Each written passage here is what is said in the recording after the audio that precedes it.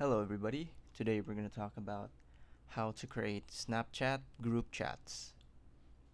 Group chats let you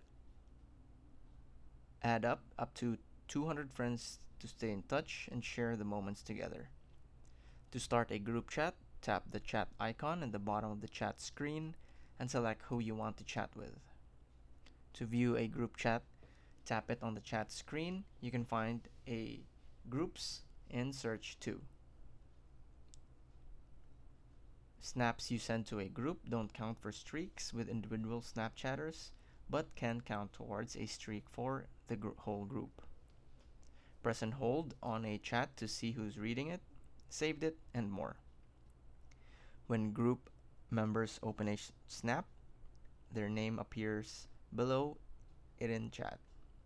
If you send a bit emoji, friend emoji will only appear with the person who last sent a chat to the group.